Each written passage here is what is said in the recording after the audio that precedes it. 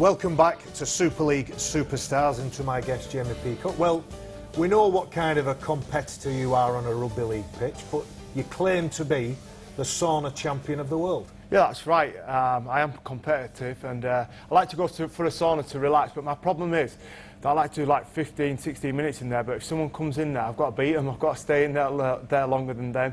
And I've ended up doing 27 minutes one time. I come out of there and I was in, next to death. Yeah, like I'm pretty skinny anyway. I was like that. Might work for me, yeah. You get in there, no, don't go there.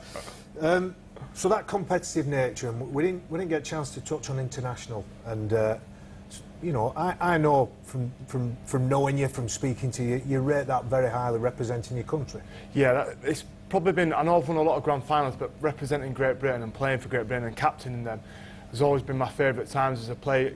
Having to give that up when I did was difficult to do, and I think it's the pinnacle for all rugby league players still, is to play for the country and to win for the country against Australia and against New Zealand. They're the biggest challenges, and they're the best ones when you overcome them. I know I'm lucky enough to have played with the international, and I really remember that 2001 Ashes series. For me, you know, a player playing at Bradford, he's drafted in, gets a shot, yeah, let's give him a crack. And I remember that Huddersfield game and that try that you scored really early on, and the passion that you showed there.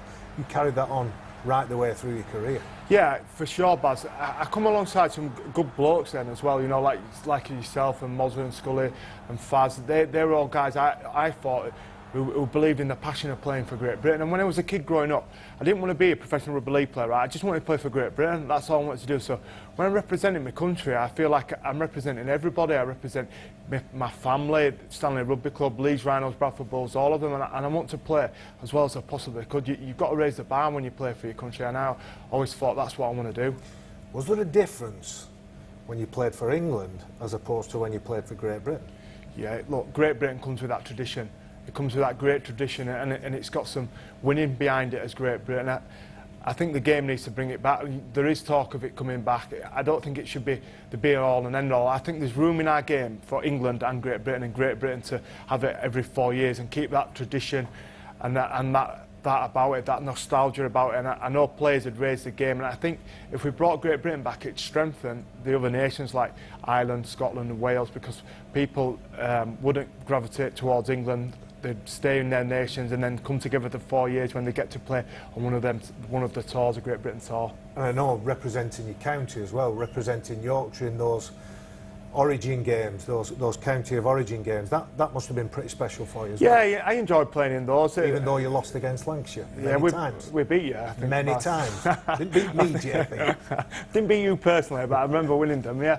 Yeah, Yorkshire's all right for me, but the key for me is Great Britain. I think it should be the pinnacle of any player's career, is to play for your country, England and Great Britain, and I think it's key, yeah. What's your thoughts on the national game now in terms of, you know, the World Cup and coming off the back of a successful World Cup, perhaps not getting through to the final and winning it, but everything else is really good? I think off the back of it, it's frustrating, really. I think it's frustrating that we only just know what we're doing next year. We don't know what we're doing in 15 or 16, and I think off of the back of all the sponsorship and the good feel we got off the game, off the World Cup, even though England didn't make the final, you know, the sponsorship portfolio increased with Rugby League, its following increased.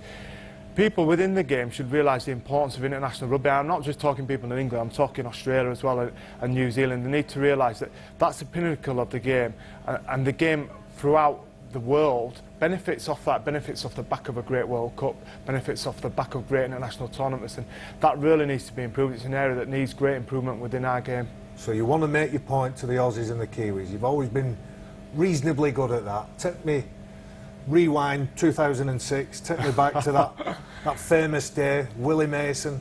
Yeah, look, what it was, there was a lot of bad stuff went on in the press that would build up in the week to that. We'd lost against New Zealand. They didn't realise that, you know, the press can be in Australia, that they don't hold back, and I just thought we've got to stick together as a team here, no matter what. No matter what, I'm a captain. I want to lead by my actions as much as my words. I don't think words count for all unless you're prepared to back that up with some actions. And Stuart got it, and then I just thought I'm standing up for my teammate, no more than that, no more than everybody else decided to do that day, and we stood up for him and we went on to win that day, and that day is still probably the greatest day in my career. You know, all the grand finals, all the Challenge Cups, the World Cup challenges, beating Australia, captaining Great Britain to beat Australia in Australia is my favourite day. And a blonde Jamie Peacock scores a try as well. Yeah, that is true. Yeah, one of my great tries from 30 or 40 metres out. But the hair's changed colour now. It's two shades, it's two-tone. I'm going for the same look myself, but again, with a heck of a lot to talk about and discuss if we were to go through your career, lock, stock and barrel. But I want to talk about you now and how you've evolved as a player. So from a back rower, right-sided back rower, always that tight line behind the ruck, into a front rower. So let's talk about the game and how that's evolved first. I think that's been the key to my longevity, the ability to adapt to the game and the circumstances. I think the game's changed tremendously over the last 15 or 16 years, and the culture we had at Bradford to the culture we have now at Leeds is completely different, and I think it's a hell of a lot more professional. The game's a lot better. The game's better than it was, more disciplined. It's difficult to score. I think the product's better than it was when I first started out in 98, 99, and I'm glad to be part of that journey. I think the game, I'm thankful for the game because it's changed me as a person. I think. How has it changed you? I think when I came into the game professionally, I was nowhere near as disciplined and as honest as I am now, and I think I've grown into a kind of leader. I was a pretty shy kid when I come through, and I managed to overcome that thanks to the situations I've been in within games, and I think I've really developed as a person and over the last 15, 16 years, and it's due to the nature of the game. I think to be successful at rugby league, you need to develop a certain kind of work ethic, a certain kind of discipline, and certain kind of characteristics, and I think they've developed within me over the last few years.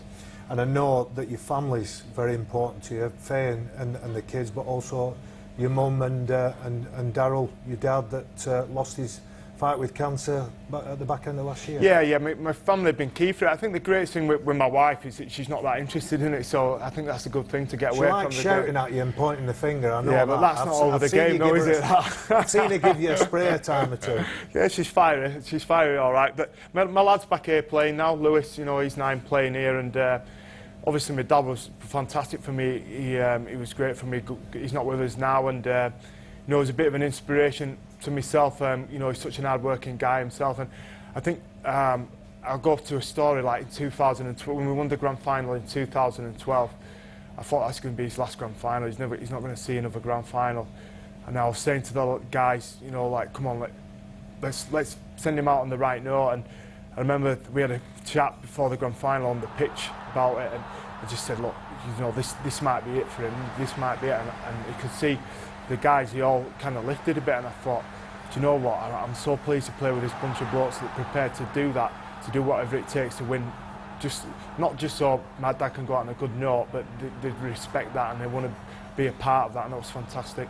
And you're right, and you probably summed it up really well. They followed a great leader, whether you're a captain or not, playing alongside Kevin Sinfield, who's a very inspirational leader.